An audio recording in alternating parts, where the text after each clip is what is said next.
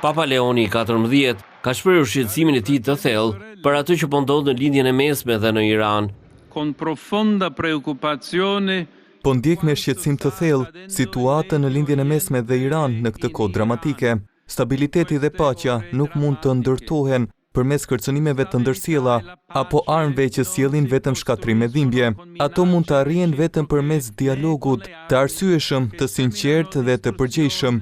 Përballë mundësisë së një tragjedie me përmasa të mëdha, u bë thirrje palëve të përfshira që të marrin përgjegjësitë morale për të ndalur spiralen e dhunës. la possibilità di una tragedia di proporzioni enormi. Ati i shenjtë bëri thirrje që të rifitojë diplomacia. Che la diplomazia ritrovi il suo ruolo. Le të rifitoj diplomacia me rolin e saj dhe të promovoj të mirën e popujve që dëshirojnë bashkëjetesë paqësore.